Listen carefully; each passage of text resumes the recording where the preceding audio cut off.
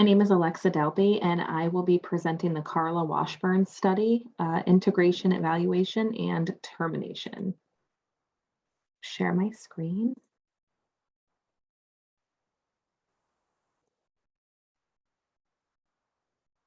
Okay.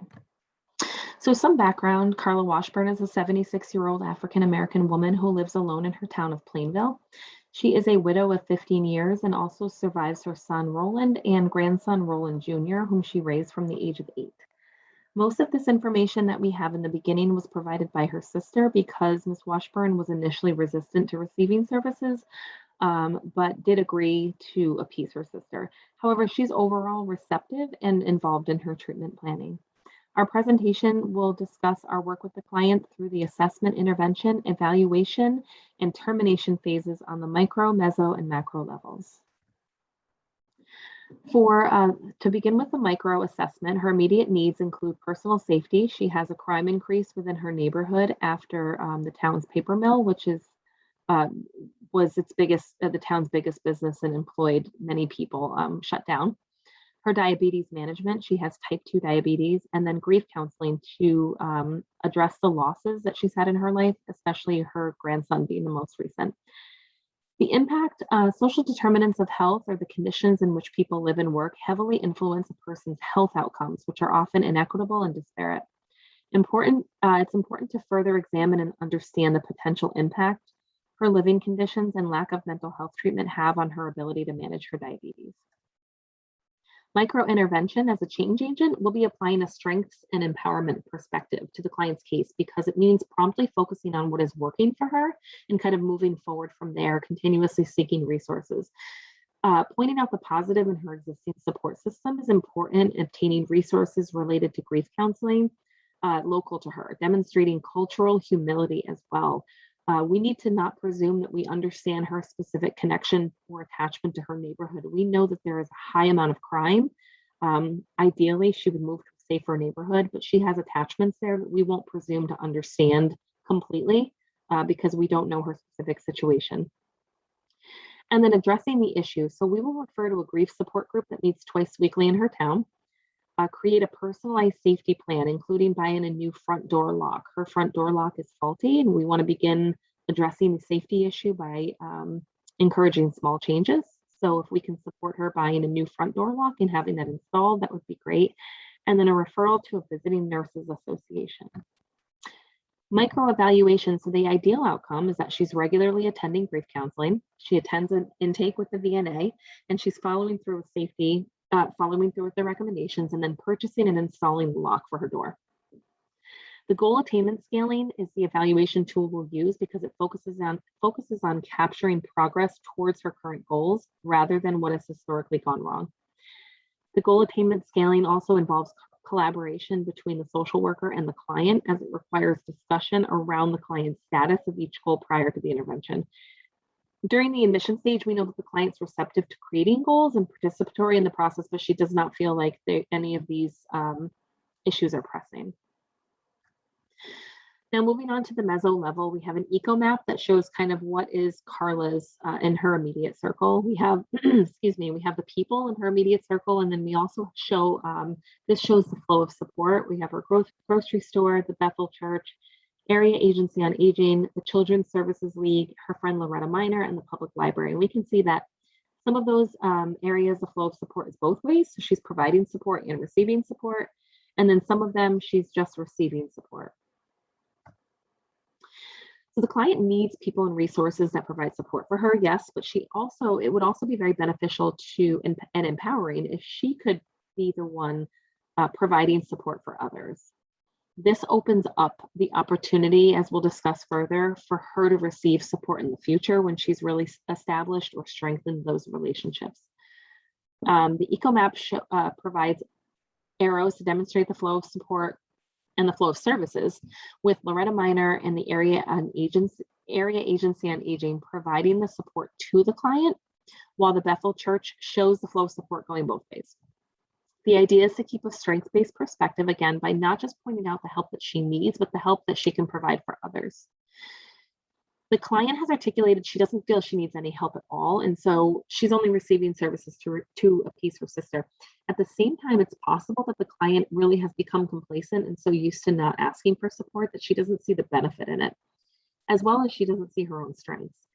In the client's case, she's not completely on board with receiving services, but if we can empower her, it can be especially beneficial. It temporarily kind of takes the focus off of what is going wrong in her life, helps her to show support for others. And then again, opening up the possibility in the future that she could then receive help from those people.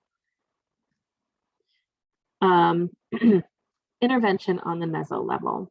So as a change agent, when creating goals with and for the client, focusing on the existing relationship that she has with her church, as well as how it can be strengthened, it's a way to capitalize on that existing support system, empowers her to stay involved so she can see the important role she plays and then the benefit she is to others.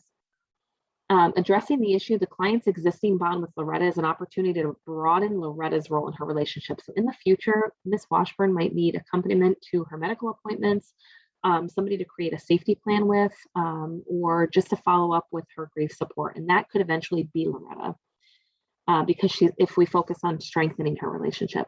And then because the Area Agency on Aging likely provides support and resources for seniors who want to remain at home safely, VNA support, diabetes management support groups, this can be something that she eventually taps into in the future. She may not be ready for that yet, but we know it's a resource that she will have eventually. The meso evaluation, again, the goal attainment scaling, the client continues to be an active participant in her own treatment planning while evaluating her own likeliness as to the efficacy and strength of each connection that have been identified. It aims to capture progress and rather than quantifying her past experiences. So we're looking for forward thinking and future planning as opposed to focusing on what historically has gone wrong or could go wrong. And then this provides her with context as to why we feel each of these chosen connections are beneficial now and in the future. Macro assessment. So now we're talking about overarching issues such as neighborhood crime and safety, poverty, and how that contributes to crime.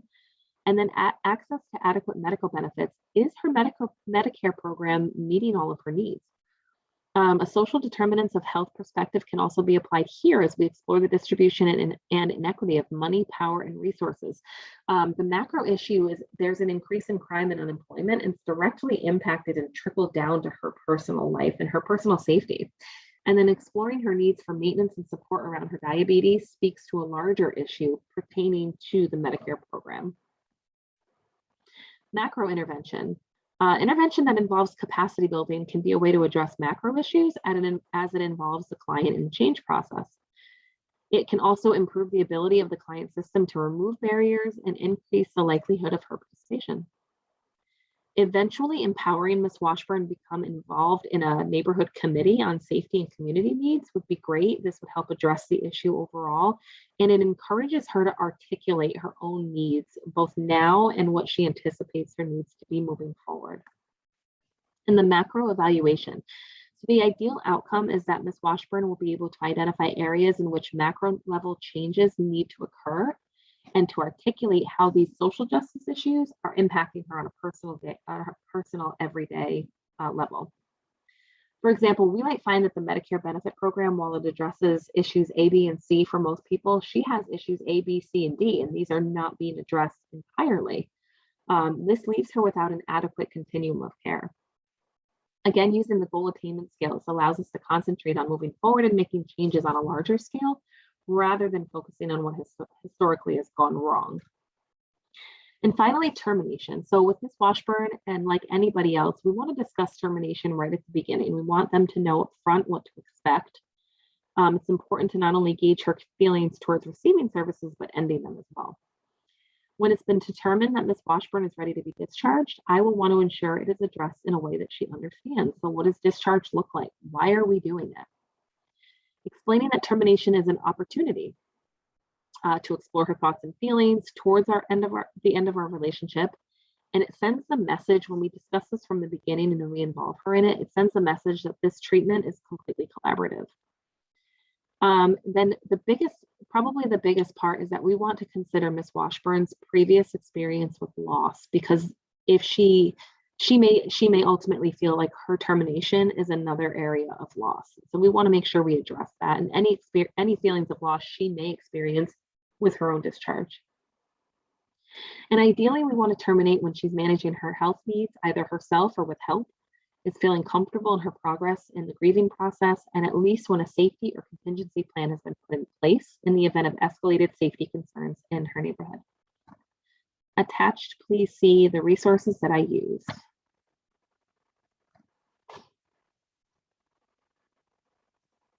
Thank you very much.